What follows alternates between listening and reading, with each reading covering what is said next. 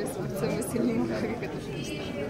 Zdaj se verjetno začenja, če bo vodno vlago, če boste sestaviti s tem pomeni, da zelo veliko ne bo doma, zdaj veliko dogažen obdobju so se vendar malo odahnili. Spomnimo se leta 2004, kako smo tudi predsedovali Evropski uniji, tega, ker nekaj časa ni bilo doma, bil je vendar tudi v zaporu. Kako ste zdaj pripravljeni na to odsotnost, da boste verjetno veliko spet zadružili? Mi smo zelo navajeni, da če je zelo človek, mislim, da ni nobene razlike, pravzaprav ne pred volitvami, ne po volitvah, mislim, da Janja so enako dejavni naš čas.